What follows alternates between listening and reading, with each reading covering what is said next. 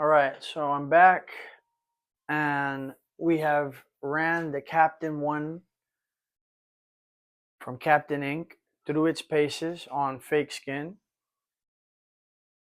We have ran all of its settings. We have ran it as a liner, shader, color packer. Okay. Enough to be able to formulate an opinion, a first impression opinion of the machine. We still have a long way to go. We still have a lot of time with the machine to go. And we still have customers, real customers, to run the machine on. Now,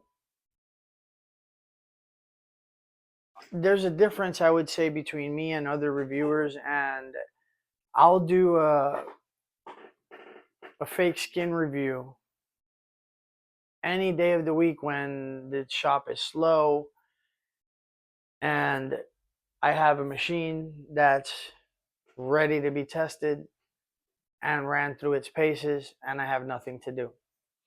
Now, I don't do that because I feel that I need to test every single machine out before I try it on a customer. As a tattooer that's been doing this for a very, very long number of years, it is very easy for me to tell whether a machine is made of quality and I can run it on a person. There are several types of tattooers, and I would say that there is the tattooer that needs its time, his or her time with a machine before they can do anything with it.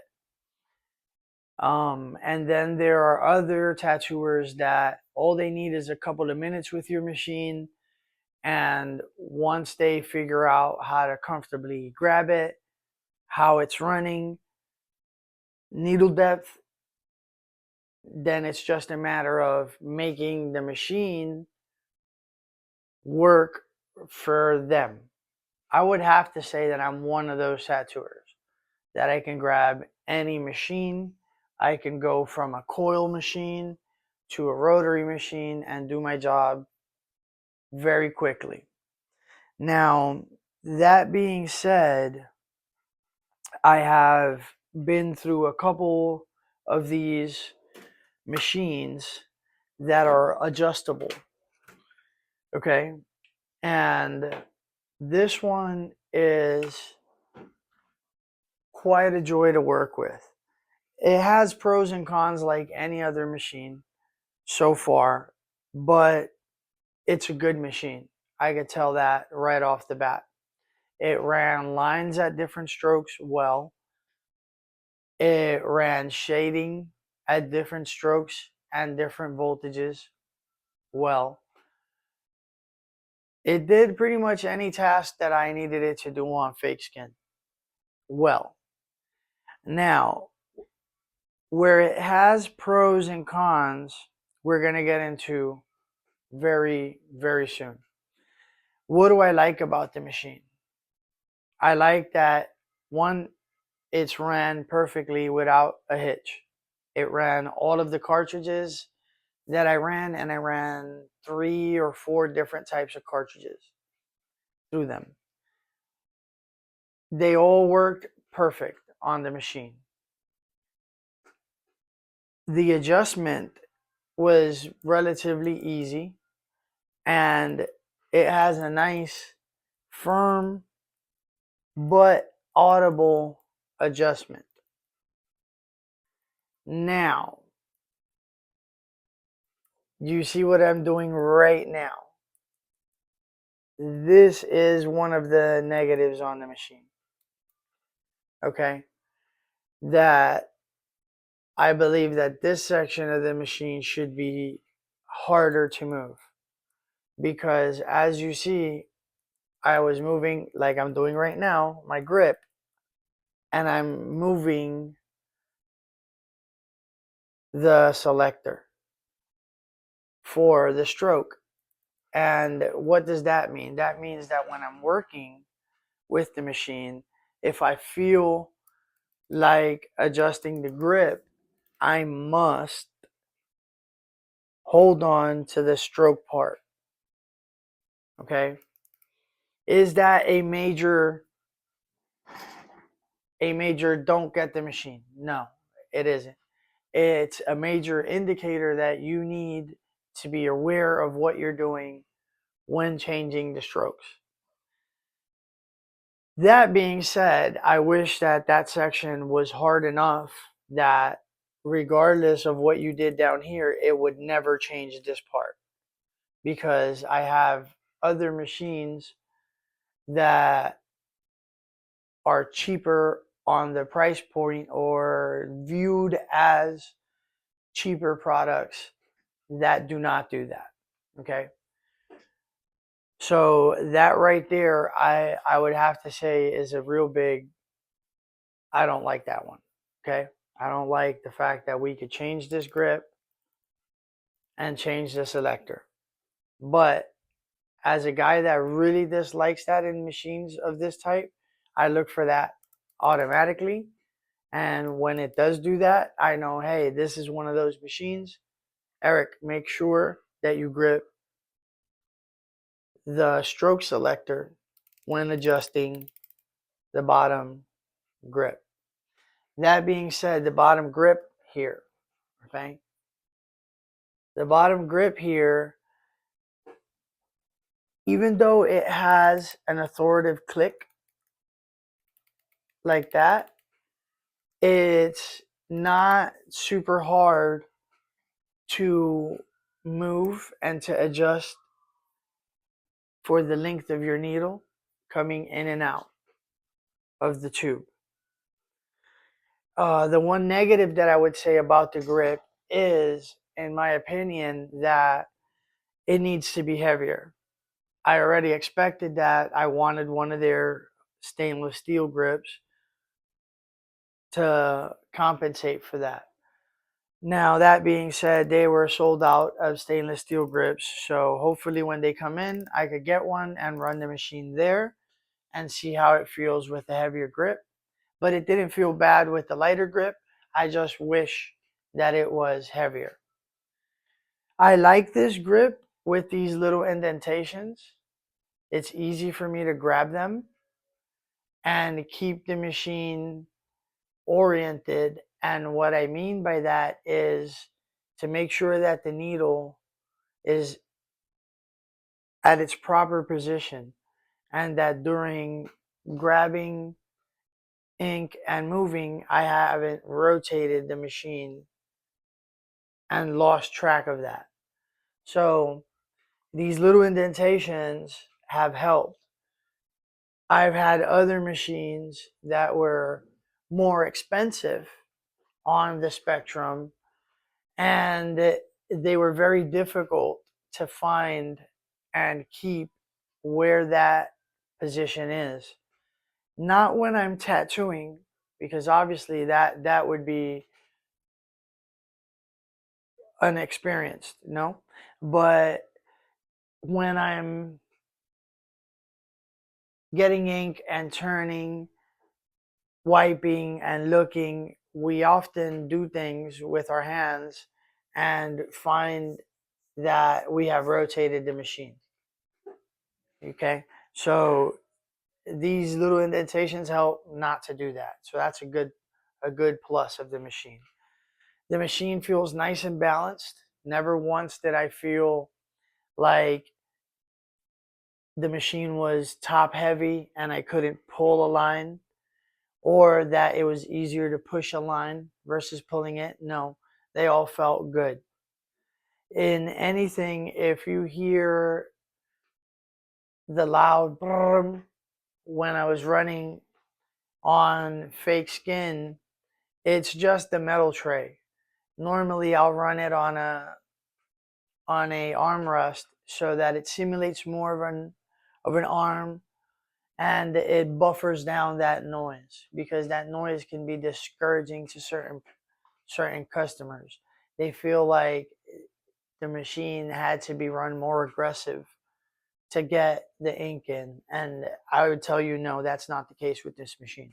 It ran very good, very good.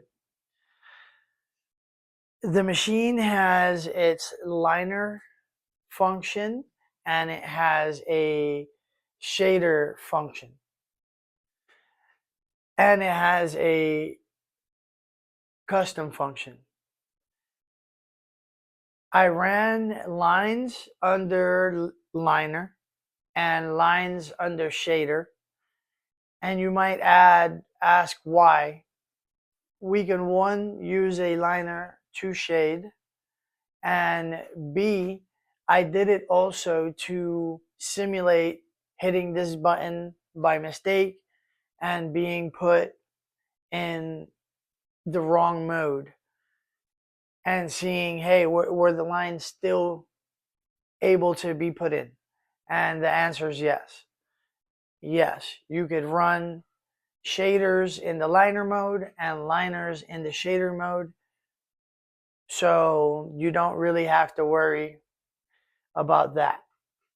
Now, that being said, even though there's a difference in the power of those modes, I would have to tell you that it is a huge plus for me that this machine came with an RCA adapter. Now, when it comes to me and reviews on wireless pen machines, you're always going to have a step up when you have an RCA because, as we know, accidents happen. And there are a lot of companies that are of that mindset that, hey, I sent out the machine with 2 batteries. That's enough power for you to run a whole day. And I agree with them. Yes, it is. It is enough power to run the whole day. But we're in a tattoo shop and mistakes happen. Accidents happen. You could get a battery damaged going from point A to point B. And now you might initiate your tattoo on a battery. The battery might die. Well, hey, doesn't matter because you could run it on an RCA. And let me tell you, this machine on an RCA, wow, it's a good machine. It functions, in my opinion, better on the RCA than it functions with its own battery. That being said, I do run a very expensive Icon power supply. I've always ran very expensive power supplies because I believe that power in the machine is like gasoline in the car. And in the comparison, I would say that it feels almost like it's running on jet fuel when it's running with its RCA, and it feels like it's running with premium gas, not with regular gas, when it's running on its own powered battery. Okay. So overall, my first impression on this machine is outstanding. I would love to tell you price point, but I'm going to be honest with you. The price point was good. I paid for this machine out of my pocket. I was given a little bit of a discount, and I think it was free shipping and some cartridges to try the machine, but it was one box. So it wasn't like Captain Ink has swayed me in any way financially for me to give them a favorable review. Okay. Like I said, this is still a midway review because I haven't ran it on any customers, but I do not foresee this machine running any differently on customers than it did on fake skin. If anything, a lot easier, a lot easier. And I know I complimented this machine on how it runs with the RCA, but wow, this machine runs like a Ferrari on RCA. Okay, like so far. So far so good with the Captain One from Captain Ink. This is my first impression video on it, and like I said, mine was custom made. These people make a nice machine, and their customer service is outstanding. I initially just bought one battery because, like I said, I purchased this machine with my money, and I'm just starting off reviewing machines. At least, I've been tattooing for years, but since I purchased it with my money, I was like, for the purpose of having a pen to review, I'll buy it with one battery and I'll engrave it. And my son was like, no, Dad, you need to have a second battery and that one have the name of the shop.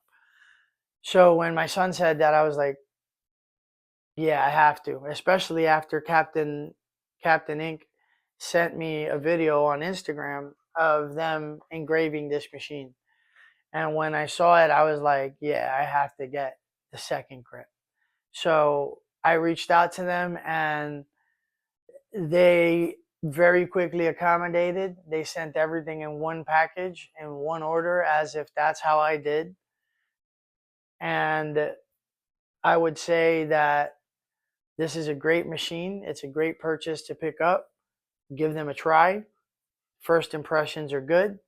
But like I said, I expect this machine to run no different on people than it did on fake skin. All right? Over and out. And those are my initial thoughts on the Captain One from Captain Ink. Till then, see you later.